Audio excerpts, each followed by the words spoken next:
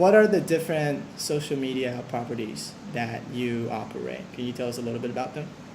In terms of Moxie, obviously our Twitter is really big, so that's number one. Our Facebook is another great way for us to connect with customers.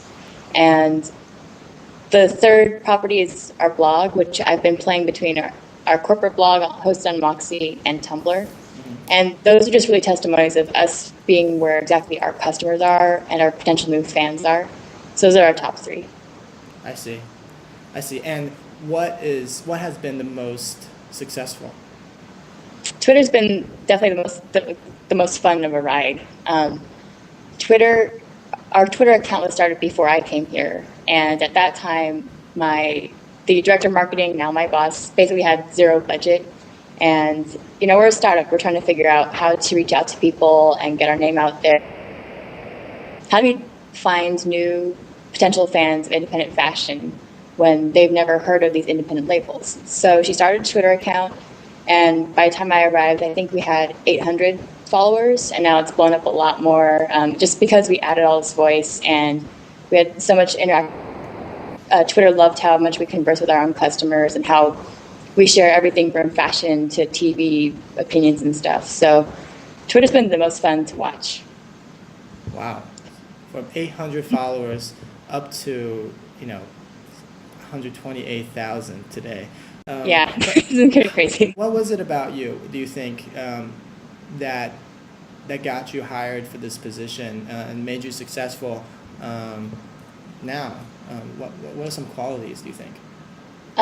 Well, the story of how I got hired is actually pretty funny because basically it was through Twitter. Oh, wow. I had been blogging since high school. I grew up in the Bay Area, so a lot of that live journal culture, all that, I just grew up and absorbed all of it as osmotically.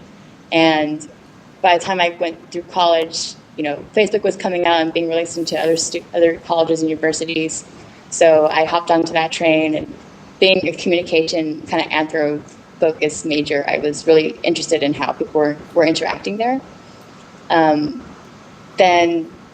I got my first job in social gaming, and even there we were playing with Facebook before Facebook groups, before Facebook applications came through.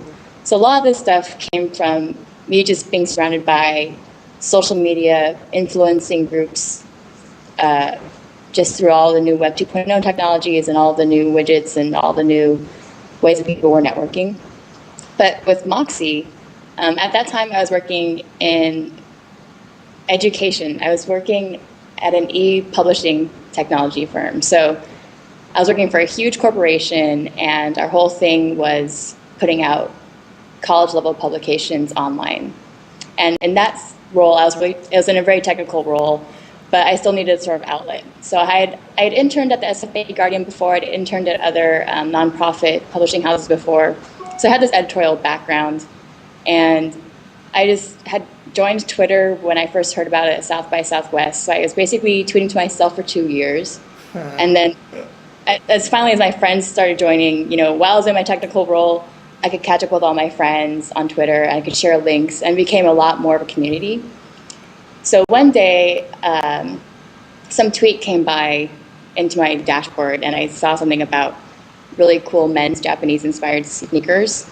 And I'm a huge sneaker person. I love collecting sneakers, and the hardest thing for me is that none of them come in my size. So I was complaining, and I just tweeted back out. I retweeted Moxie, and I said, "Oh, these would be really cool, but I wish they came in women's sizes." So that person ended up being Moxie, ended up being my boss, and she tweeted me back, and she's like, "Oh, I see that you have a blog. I see that you wrote for the SFA Guardian. I see that you have this marketing background. Sorry that the shoes don't come in your size, but do you have any time for marketing contracting?" And I said, "Yeah, my background, and why not? It'd be more fun than the data stuff I was doing." So I wrote back with that, and we did a little probation period, and I think at that time even you still have to convince people that there is a need for a full-time social media presence in a company. So I did that trial for a few months and then went full-time to Moxie, and now run social media, run a lot of the creative direction, and also run our other fun stuff with our company culture. But you mentioned that you had to convince somebody at the company that social media is a full-time position. Um, how do you think you went about doing that? You know, Well, for me personally, I wouldn't say I had to do that, but I think that every head of a company now is seeing this shift in how companies act. So companies, large and small, have become a lot more social. Like, I used to work in Apple retail, and even back then, they had guidelines for how you're going to portray the company when you're online. Like on Facebook, you shouldn't be talking about releases. You shouldn't be talking about, you know, all the rumors that people have around Apple. Same like Nordstrom even has had social media guidelines for a while. So they know that there is influence there, and they know that they are affected by, you know, Yelp reviewers and things like that. But I think a lot of companies are still trying to figure out if that's a full-time role that's needed for them. And personally, I think any company that's B2C, you know, business to customer, business to consumer, they really need to have that presence because they need a consistent voice. They need, you know, someone who's going to remember the community because social media is community management at the very heart of it. It's form moderation, but at a different pace. It's 24/7, and you really benefit from having somebody remember the first name of someone who put in an order and had a weird situation. So for Moxie, I think it made a lot of sense because retail is the first place where people think of customer service and customer relationships. So it made it was just a logical path to expand that and not only reach out to people through social media, but to also interact with them and solve their problems or any questions over social media too. do you have guidelines in Moxie on how you should interact with customers online? With customers or with them, like to our employees? Or? Guidelines to your employees about how you should behave online on social channels. With us, no. No? We're pretty. I think that the thing that made us interesting to Twitter in the first place was that we were so lively and real. And the only thing I say is like make sure you don't put typos in your stuff because we want to look like we represent really educated, amazing designers who have like double PhDs and stuff. So I feel like as a company we should reflect that too. But otherwise, you know, it's kind of like it's your own thing. But I also had to look back that I grew up. I went through college when people were realizing how much of an influence any Facebook picture might have on your career and stuff like that. So that's just something I remind people is that be mindful of what you're putting out there. Yeah. It's kind of like you kissed your mom with that same mouth type of thing. Yeah. But people mature. I mean, I think all of our different personalities make us a lot more interesting. So we try not to filter too much. I think all of us have different personalities, and it's true to any microcosm that you should have. I mean, some people will be bubbly, some people will not, and the personality that is, I don't want them to be fake about it. So in terms of keeping up with pushing out content and stuff, it's just whatever we find interesting. And fortunately, we're in fashion retail, so we have a wonderful excuse to keep plowing through fashion, through design, through art, through random distractions throughout the day. So we have a great excuse to find new content. And I think one thing for the social media role, whoever that full-time person is, I always recommend you kind of got to be ready to have a little bit of multiple personality disorder just because you're compartmentalizing a lot. You got to keep up with current events. You got to keep up with your own company's directives. You have to keep up with your customers and whatever trends they might make internally and not throughout, the huge Twitter sphere. But you always want to be the point person and you always want to be accessible. So it's you got to think of yourself as on the street with everybody else. And you should be just as excited of a little thing as anybody else should be. How do you think about content in social media? Is that important to the community, to organizing that community? How does it work? I think content is the heart of it. I come from an editorial background. Like I was writing for a long time. I've always been a writer. So when people ask me, how do I get into a social media role? All I have to say to them is, if you can make something interesting that someone will want to pass around, you're already exercising virality. Whether it's writing, whether it's photography, if you're really good at finding the best music videos, like it's all about being the center source for something. So content-wise, Moxie, because we're a small company, we have so many things going on. I personally don't have a lot of time to make content, but I know where to find it and I know how to share it with people.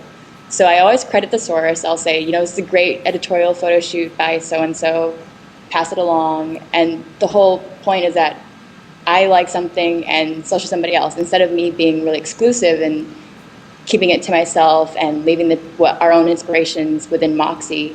I share it with the customers and they kind of see me, if not as a store, then they at least see me as a guiding voice. And then eventually, when the time is right, they'll click through and be like, oh, actually, here's a more wearable version of what she showed before. And they at least know Moxie's personality if I share the right content. Mm-hmm. And so where do you find it? What are some examples of places where you find content?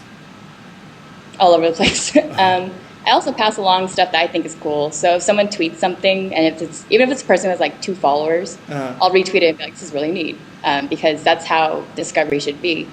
So there's a traditional way of looking at fashion magazines and going through behind the scenes shoots and things like that. Mm-hmm.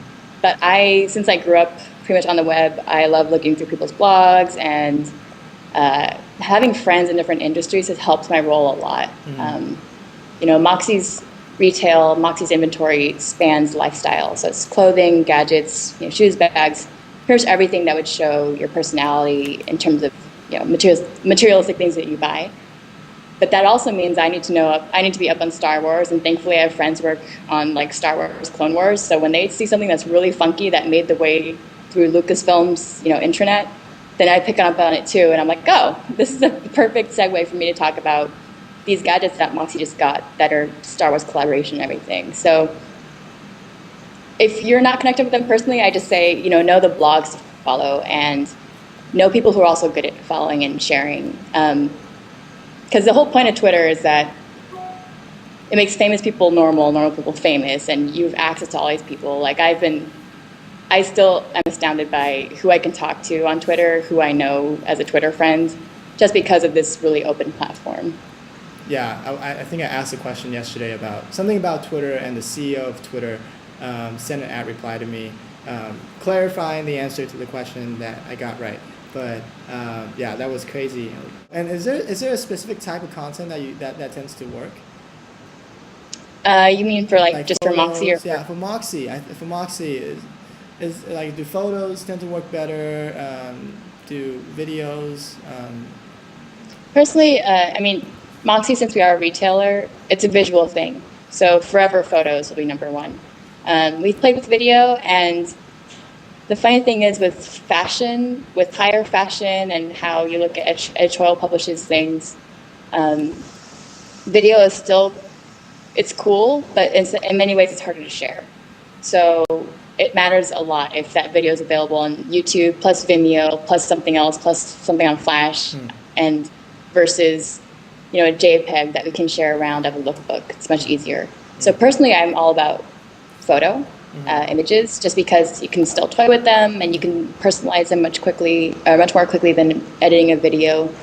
And it just makes sense. Someone wants to know how the sweater fits, and they want to know how, in what setting would they wear this dress. So imagery is just very easy for us to give them a really fast look at a story.